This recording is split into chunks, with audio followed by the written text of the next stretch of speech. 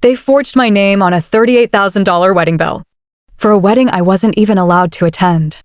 I flew 18 hours to be there, carried the invitation in my hand like it actually meant something. But when I reached the venue, my father stepped in front of me and said, "Only family is allowed inside."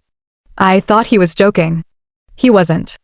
I looked past him and saw my sister in her wedding dress laughing inside. My mother was standing near the door, watching, and neither of them said a word.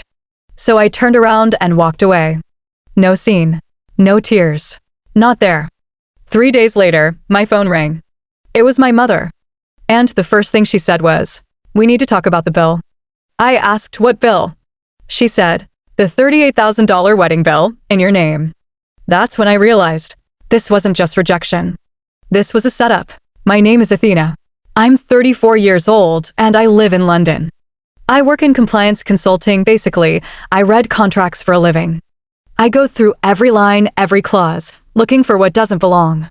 Mistakes, loopholes, fraud. It's the kind of job where you learn one simple rule. If something feels off, it usually is. And I've gotten very good at trusting that instinct.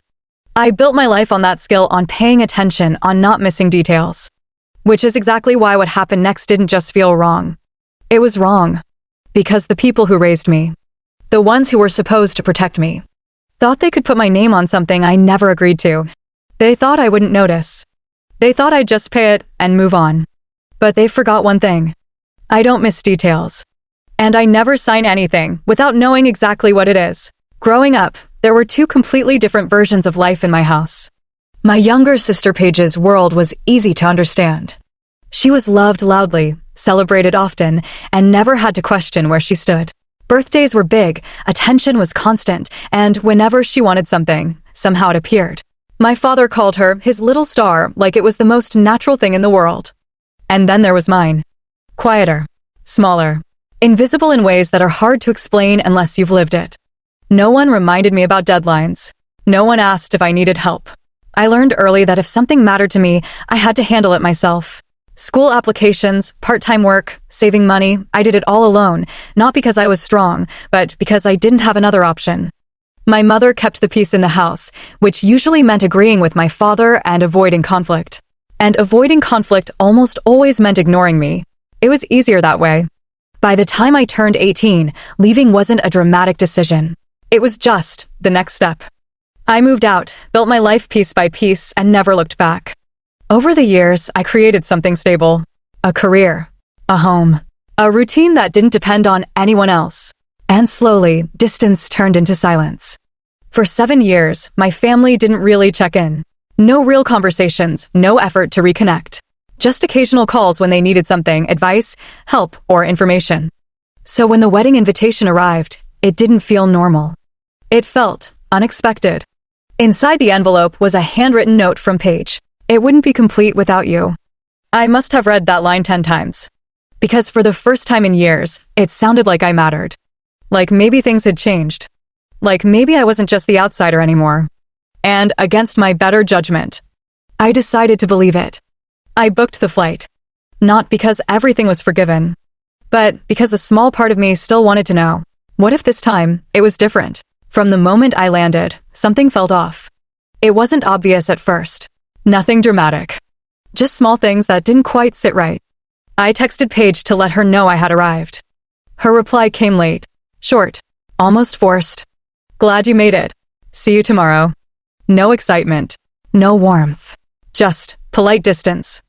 I tried calling her later that evening. It rang longer than it should have before she picked up. "Hey," she said, her voice quick, distracted. "Hey, I just wanted to check if there's anything I should know about tomorrow." There was a pause, the kind that feels longer than it actually is. "Just be there by 2. Ceremony starts at 3. That was it. "No, I'm happy you're here." "No, I can't wait to see you." Before I could say anything else, she added, "I've got to go. Busy with wedding stuff." And the call ended. I sat there for a second, staring at my phone. It felt wrong. So I called my mother next. She picked up almost immediately. "Oh, you actually came?" I blinked. "What does that mean?" "I just thought, you might change your mind. It's a long flight." There was no happiness in her voice. No relief. No excitement. Just mild surprise. Like my presence was unexpected. I told her I'd be at the venue the next day and ended the call. That feeling in my chest, it grew stronger. Not fear. Not yet. Just a quiet sense that something wasn't lining up. That night, I barely slept. Every small interaction kept replaying in my head. The short replies. The distant tone. The lack of anything real. It didn't feel like I was coming back for a family wedding. It felt like I was walking into something I didn't fully understand. The next afternoon, I got ready slowly. Nothing too flashy. Just a simple, elegant dress. Something appropriate. Something respectful. I looked at myself in the mirror before leaving.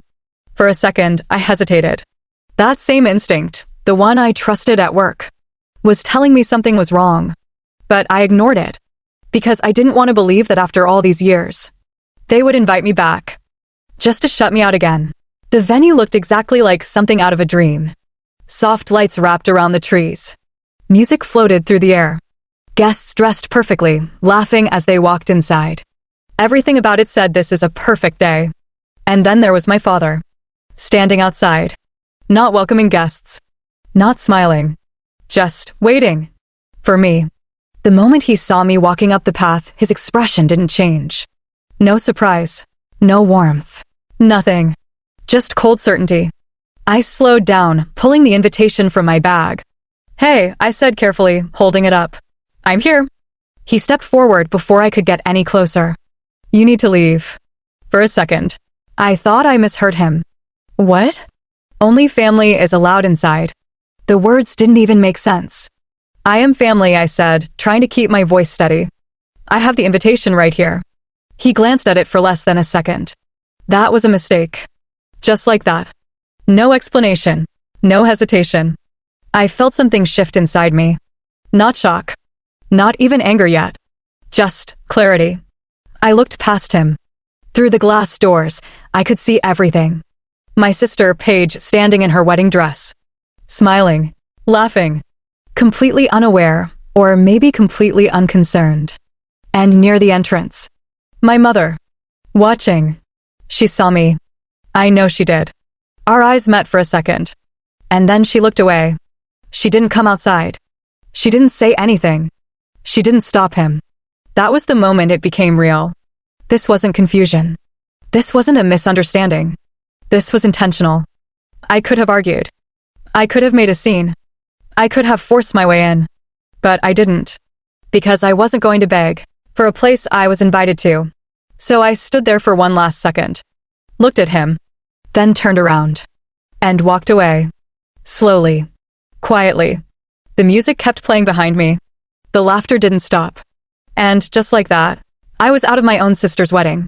Like I had never belonged there at all. The next 3 days were completely silent.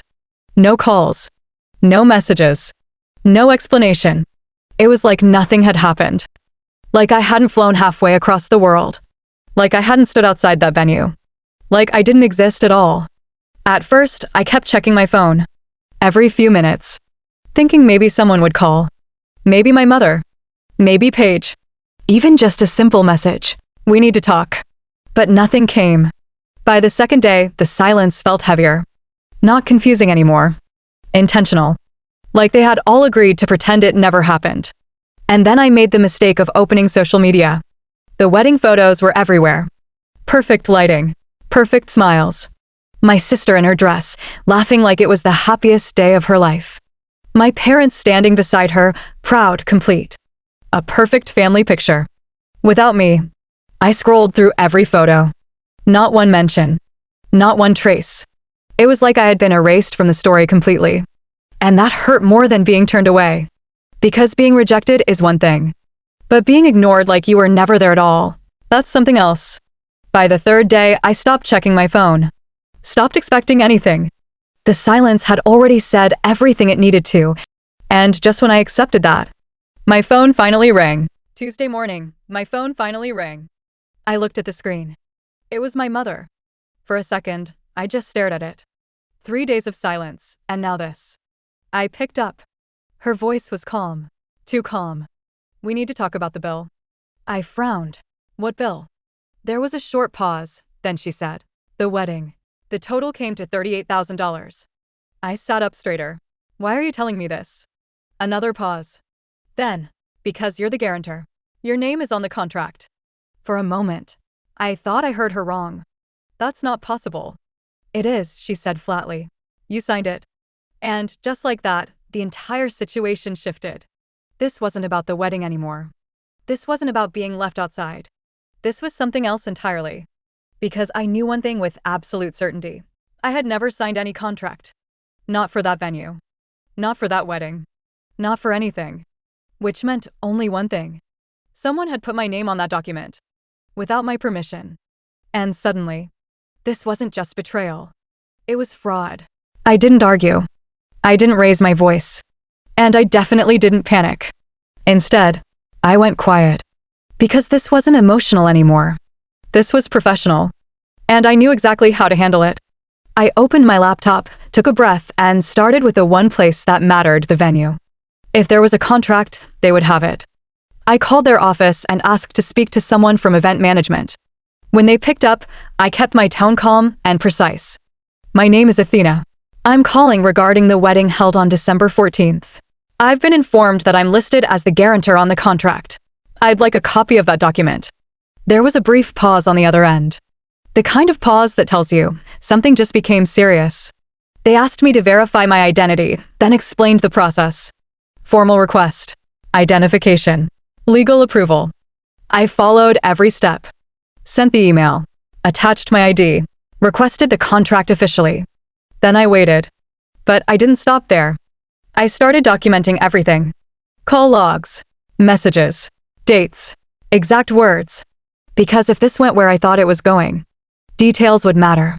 Evidence would matter. And most importantly, the truth would matter. For the first time since this started, I wasn't reacting anymore. I was building a case. And somewhere deep down, I already knew what I was going to find. I just needed the proof to make it undeniable. The next call came from my father. His tone was different this time, hard, controlled, like he had already decided how this conversation would go. You need to take responsibility, he said. The venue is expecting payment. Don't make this worse than it already is. I leaned back in my chair, completely calm. Worse for who? I asked. There was a pause. Not long, but enough. For everyone, he snapped. This is family. You don't walk away from family obligations. I almost smiled at that. Family? I repeated quietly. You didn't seem too concerned about that when you told me to leave the wedding. Silence. Then irritation. Don't start that again. This is about the contract. Exactly. The contract, I said, steady and clear. The one you're so confident I signed. I know you signed it, he replied quickly. That was the moment. The moment everything shifted. Because confidence like that usually comes from knowing something you shouldn't. So I asked the one question that mattered. What happens if the signature isn't mine? Dead silence. Not hesitation. Not confusion. Silence. Heavy. Uncomfortable. Real. And in that silence, I got my answer. He didn't deny it. He didn't argue. He just stayed quiet for a second too long. Then he changed his tone. You're overthinking this, he muttered. Just handle the bill. I didn't respond immediately. Because now I wasn't guessing anymore. Now I was certain. This wasn't a misunderstanding. This wasn't a mistake. This was intentional. And they knew exactly what they had done. The contract arrived later that day. I opened the file, slowly. Scrolled down. And there it was. My name. My signature. But it wasn't mine. Not even close. The shape was wrong.